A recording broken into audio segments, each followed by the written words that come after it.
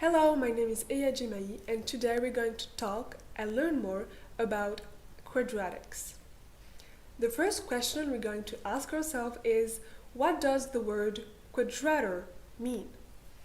In mathematics, quadrator is a historical term which means the process of determining area. Let's do a little recap on history. Back then, Babylonians loved playing geometric games to find area without any recourse to symbols or formulas. Even if they didn't really knew they invented quadratics back then, they used them naturally. Let's see an example of one of these many geometric games. Okay, so let's imagine I live on a farm and I want to buy a fence to protect my animals. In order to do that, we need to know the length and the width of a land, right? And we know for a fact that my field is 55 units and that one side is 6 units longer than the other. Well, I don't really have a field to show you that, but I'm gonna use my Legos. So this is my field. It's 55 units and one side is 6 units longer than the other. We are looking for the length of the shorter side. Babylonians were really clever because their solution was to reconfigure the field as a square. They cut 3 units of the end and moved it there. Now, they knew there was a 3 by 3 piece missing and they added it. The area of this piece is 3 times 3, 9 units. So the area of my field has increased by 9 units, making it 64 units. But we know that 64 is equal to 8 times 8, and this is a square. So this is an 8 by 8 square. But remember we added 3 there. So 8 minus 3 is equal to 5. So we deduce that the length remaining is equal to 5. We now can go back to my original land and say that the shorter side is equal to 5. This was actually one of the first quadratic equations in history. In modern mathematics nowadays, we would use algebra with letters to solve this type of equation.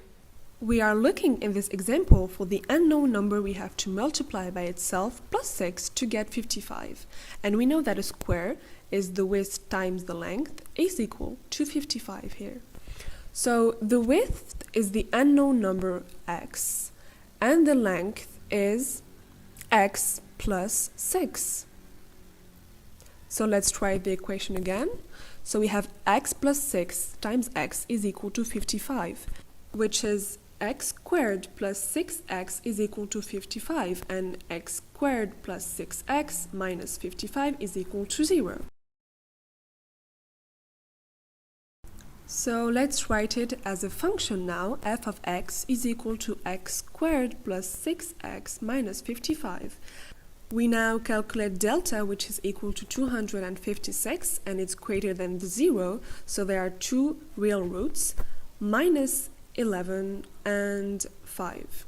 But we know that a length can't be negative, so the only root we care about is 5, exactly like we found earlier. This term, quadrator, is still used nowadays in the context of differential equations, where solving an equation by quadrator or reduction to quadrator means expressing its solution in terms of integrals. So, why quadratic forms like this one are called quadratics? Quadratic equations involve things where the unknown quantity, the variable you're trying to identify, is multiplied by itself, an operation known as squaring.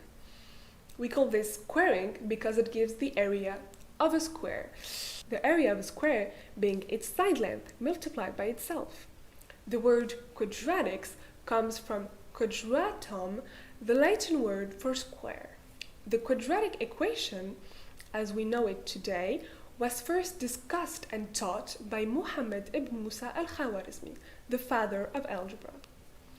His quadratic equations were composed of units, roots, and squares. For example, for al-Khwarizmi, a unit was a number, a root was x and a square was x squared.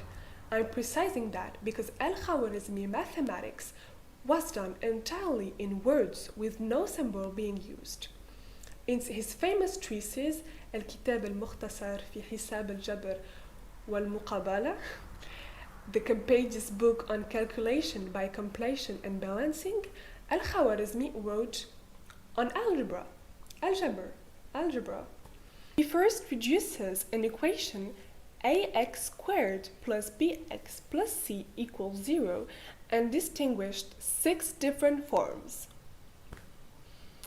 The reduction is carried out using two operations of, first, algebra means completion, algebra.